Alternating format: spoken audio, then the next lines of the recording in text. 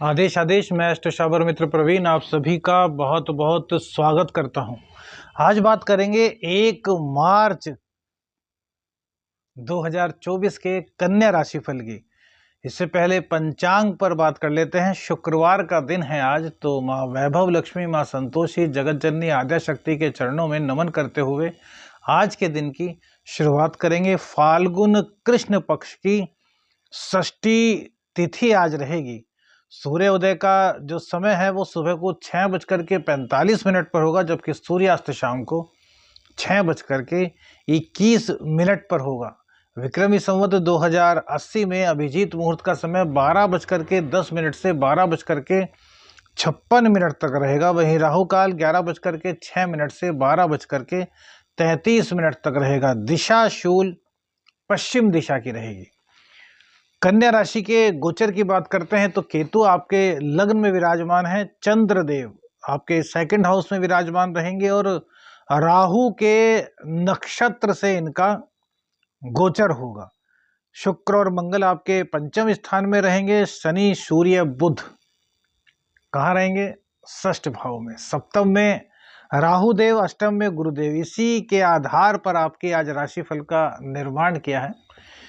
देखिए, एकादशेश के मालिक सेकंड हाउस में जाना आपकी सेविंग को बहुत अच्छा कराते हैं। बैंक बैलेंस आपका कहीं ना कहीं बनेगा। कहने का तात्पर्य है कि कुछ ना कुछ सेविंग करके आप अपना बैंक बैलेंस आज बढ़ाने की जुगत में रहेंगे। राहु के नक्षत्र से चंद्रदेव हैं और बुध देव छठे भाव में हैं। तो देखिए, बैंक से बचाने या फिर बैंक में डालने के बजाय हम आपसे कहेंगे कि आज उन पैसों को अपने घर पे रखें और उनमें से थोड़ा सा दान कर दें। दान किसको? जरूरतमंद को। किसी को दवा की आवश्यकता है तो उनको दवा दिला दें। क्यों? क्योंकि ऐसा हम क्यों कह रहे हैं? आप आज बैंक में मत डालें। इसके पीछे का एक रीजन है। सेकंड हाउस से सप्तम भाव को देखें तो छठा है, तो दैनिक आमदनी में बढ़ोतरी कर रहा है, तो आपको लगेगा कि आज जोड़ना चाहिए, लेकिन बुध इसको सपोर्ट नहीं कर रहे। सूर्यदेव अपने घर को देख रहे हैं, बहुत अच्छी बात है, लेकिन बुध का सपोर्ट करना भैया बिल्कुल भी यहाँ पर कहीं नहीं दिखता कि बुध आपको इस मामले में सपोर्ट करेगा कि आप सेविंग करें। शुक्रदेव हालांकि इस चीज को, सेविंग को बढ़ावा दे रहे हैं, आपके भाग्येश भी हैं, लेकिन शुक्र की स्थिति अब धीरे धीरे कम हो रही है। 7 मार्च में रात्रि में, मतलब 8 मार्च में अपना स्थान परिवर्तन शुक्रदेव कर लेंगे, जो कि आपकी कुंडली के छठे भाव में चले जाएंगे, तो वो स्थिति भी ज़्यादा अच्छी नहीं रहेगी। तो इसलिए हम कह रहे हैं कि बैंक में डालने से बढ़िया अपने थोड़े से पैसे घर में रखें जो आपने बचाएं और उनमें से कुछ दान कर दें। दान करने से क्या होगा कि इस वक्त रोगियों को दान करना या फिर हॉस्पिटल में जाकर के फलों का दान करना, इससे आपके पास रोग नहीं आएंगे। उस चीज़ से कोई फायदा नहीं कि आपने बैंक में डाला, कोई बीमार हुआ और अगले ही दिन या दूसरे दिन तीसरे दिन आपको पैसा निकालना पड़ गया। तो जब डालें तो कुछ टाइम बैंक में पड़े रहें ताकि इंटरेस्ट तो मिले। ऐसा करना उचित होना चाहिए। और दूसरी बात, बुधादित्य योग है, तो बुधादित्य योग में आपके जो दोष बने हुए हैं उसको ये कम तो कर रहा है छठे स्थान में बुध आने के बाद, बुधादित्य योग में जाने के बाद, लेकिन फिर भी जो दोष बनता है उस दोष को हमेशा ही कहना चाहिए। जो योग बनता है उस योग को हमेशा ही कहना चाहिए, चाहे वो दुर्योग हो और चाहे शुभ योग। इनकम में आपकी दिक्कत नहीं आ रही, इनकम आपकी पूर्ण रूप से हो रही है, क्योंकि शुक्र और मंगल दोनों की ही दृष्टि 11वें भाव पर है। हालांकि मंगल की नीच दृष्टि वहां पर है, लेकिन शुक्रदेव चंद्रमा के घर को देख रहे हैं और शुक्रदेव के घर में ही चंद्रदेव विराजमान है। तो इनकम को लेकर के आपको दिक्कत नहीं आने वाली। साम दाम दंड भेद, इन तरीकों से कहीं ना कहीं कमाने की कोशिश आप करेंगे, लेकिन हमारा कहना यही है कि भैया कमाए तो खूब। हम नहीं कह रहे कि ना कमाइए, सभी का काम कमाने से चलेगा, अन्यथा परिवार की जिम्मेदारी कैसे उठाएंगे। तो इसलिए हम यह कहेंगे कि कमाइए, लेकिन तरीका ऐसा हो कि किसी को भी आपके उस पैसा कमाने की वजह से दुख ना हो, किसी का हक आप ना मारे। राहु के नक्षत्र में गोचर, छठे से छठा स्थान, तो ये अच्छा रहेगा। यहाँ पर हम दिक्कत नहीं है। आकस्मिक रूप से धन का आगमन आपके पास कहीं ना कहीं हो सकता है, क्योंकि राहु आपके सप्तम भाव में बैठे हैं और ये दैनिक आमदनी का स्रोत भी है। राहु की दृष्टि भी सीधी 11वें भाव पर है, तो कहीं ना कहीं इन स्थितियों को हम अच्छा ही देख रहे हैं। कोई बुरी बात यहाँ पर धन के मामले में नहीं दिख रही। स्वास्थ्य के मामले में जरूर कुछ ना कुछ दिक्कत दिख रही है। शुक्र और मंगल की युति, देखिए शुक्र आपके धनेश हैं, आपके सेकंड हाउस के स्वामी हैं। सेकंड हाउस हमारे मुंह का होता है ना। यदि कुंडली की बात करें तो जो हमारा सिर है ये प्रथम हाउस है, हमारा लग्न है। सेकंड हाउस हमारा ये मुंह, थर्ड हाउस हो गया, फोर्थ हाउस हो गया, फिफ्थ हाउस हो गया, सिक्स्थ, सेवंथ। तो अभी यानी कि जो हमारा मुंह का है स्वाद, वो सीधा पंचम भाव से बन रहा है। पेट जो है वो पंचम भाव है। तो सेकंड और पंचम यानी कि मंगल और शुक्र की युति, वैसे तो यहाँ पर लक्ष्मी के योग से देखा जाए बहुत अच्छा है, लेकिन आपकी गलत खान पान की आदतों की वजह से आपका पेट खराब भैया रह सकता है। क्योंकि देखिए शुक्र की पावर घट रही है। मंगल अभी थोड़ा टाइम बाद चेंज होंगे, तो मंगल अभी यहीं रहने वाले हैं। तो अग्नि की समस्या, अग्नि क्या मतलब कि जठराग्नि, तो कमजोर हो जाना या बहुत अधिक हो जाना, पाचन ना हो पाना, पेट साफ ना हो पाना या दस्त लग जाना। दवाई लेते हैं तो अब जैसे कि आपको कब्ज की शिकायत है, आपने दवाई ली तो दस्त लग गए, उससे परेशान। दस्त रोकने की दवाई ली तो कब्ज हो गए, इससे परेशान। तो इस तरह की परेशानियों से कहीं ना कहीं आपको दो चार होना पड़ेगा, क्योंकि मंगल लग्न के हैं। हालांकि हम इन चीज़ों को संभाल लेंगे, लग्न के कह रहा हूँ, उच्च के हैं, तो आप इन चीज़ों को संभाल तो लेंगे, लेकिन फिर भी अंदर ही अंदर से कुछ ना कुछ चिड़चिड़े पेट की वजह से आप लोग रह सकते हैं। मंगल को श्रेष्ठ करने के लिए, मंगल का शुभ फल प्राप्त करने के लिए हनुमान जी की उपासना अवश्य कीजिए। जो हनुमाष्टक होता है उसका 3 या 5 बार पाठ कीजिए, 3 या 5 बार, और एक गिलास अपने सामने पानी का रखिए और उसमें फूंक मार दीजिए और अपने पूरे घर में छिड़क दीजिए। 1-2 बूंद ग्रहण कीजिए। हनुमाष्टक का जब आप पाठ करके करते हैं तो उसके अंदर हनुमान जी की शक्ति आती है, और जितने भी कष्ट आपके बाहरी हैं और जितने भी आपके आंतरिक कष्ट हैं, उन सभी कष्टों को हनुमान जी की कृपा से वो सभी कष्ट भाग जाते हैं। तो इस तरीके से आप इस चीज़ का फायदा ले सकते हैं। अब आपके जो पंचमेश हैं वो भैया अस्त हो गए हैं। पंचमेश के अस्त होने से कहीं ना कहीं प्रेम संबंधों में थोड़ी सी दिक्कत अब आपको भैया देखने को मिलेगी। अभी 16 तारीख तक प्रेम संबंधों में कुछ उदासीन माहौल रह सकता है, या फिर दूसरे प्रेम संबंधों के चक्कर में आप पड़ सकते हैं। युति वही चल रही है, लेकिन अब इस चीज़ के होने की संभावना अधिक हो गई है, इसलिए हमने बताया। और भैया एक चीज़ आपसे और पूछना चाहेंगे। अभी 3-4 दिन पहले एक सज्जन ने मैसेज किया व्हाट्सएप पर, बड़ा बुरा भी लगा, लेकिन क्या कर सकते हैं भैया, सबकी अपनी सोच है।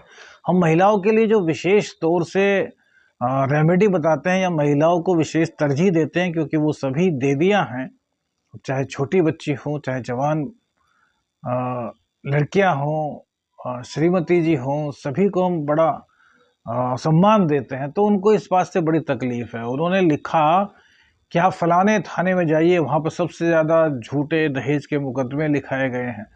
अब देखिए अपवाद हर जगह होता है। अब अगर हम किसी को ज़्यादा सम्मान दे रहे हैं, सपोज कीजिए महिलाओं को हम ज़्यादा सम्मान दे रहे हैं, तो इसमें क्या दिक्कत है? गलत तो कोई भी कर सकता है, पुरुष हो चाहे वो भी गलत कर सकता है, स्त्री हो चाहे वो भी गलत कर सकता है, लेकिन हमारा मन कहता है स्त्री को सम्मान अधिक करना चाहिए। इसके पीछे का लॉजिक क्या है? हमारे शास्त्रों में खुद लिखा गया है। क्या लिखा गया है? यत्र पूजन्ते नारी तत्र रमन्ते देवता। जिस स्थान पर नारी का सम्मान होता है, पूजने का मतलब है नारी का सम्मान, नारी को इज्जत दी जाती है, वहां पर देवताओं का आशीर्वाद रहता है। तो हम क्या गलत कर रहे हैं? आप महिला और पुरुष, सज्जन देवियों, सभी आप लोग बताइए। हमें बड़ी पीड़ा हुई इस बात पर। अब देखिए उनके साथ कोई प्राइवेट कष्ट हो सकता है कि उनके साथ कुछ ऐसा किया गया हो, लेकिन इसके लिए आप पूरे समाज को तो दोषी नहीं ठहरा सकते ना। अब उनकी क्या सोच रही है, उन्होंने बड़ा अजीब से शब्दों में लिखा हमें, तो बड़ा बुरा लगा। अगर आप लोग ये चाहते हैं कि हम इस तरीके से महिलाओं को सम्मान ना दें या फिर महिलाओं के लिए कुछ विशेष चीज़ें ना बताएं, तो हम बंद कर देंगे। लेकिन अपनी राय आप अवश्य दीजिए, क्योंकि हमारे लिए नारी की इज्जत बहुत ज़रूरी है और हम करते रहेंगे। हाँ, नहीं बताएंगे वो बात अलग है, थोड़ा सा अपना अलग कर लेंगे, क्योंकि जब सोसाइटी चाहती है किसी चीज़ के लिए तो फिर अकेला व्यक्ति कुछ नहीं कर सकता। अगर आप सभी देवी सज्जनों की यही इच्छा है कि हम ऐसा कुछ ना बताएं तो नहीं बताएं।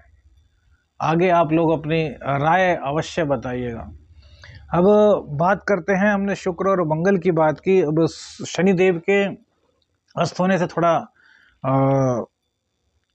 आपके प्रेम संबंधों में थोड़ी सी कमी। सूर्यदेव अपने घर को देखेंगे तो अपव्यय तो नहीं कराएंगे, लेकिन बुध देव के यहाँ पर होने से हमने कहा ना कि हॉस्पिटल पर थोड़ा खर्च हो सकता है, बीमारी पर थोड़ा खर्च हो सकता है, मुंह की प्रॉब्लम बन सकती है, मुंह में मसूड़ों की प्रॉब्लम, मसूड़ों में जलन, मसूड़ों में दर्द की शिकायत, ये सब चीज़ें हो सकती हैं। आप लोगों में से हो रही हैं तो बताइए, फिर इसके लिए भी एक अचूक उपाय बताएंगे जिससे कि ये चीज़ें आपकी रुक सके। मुंह से अचानक से बदबू आना,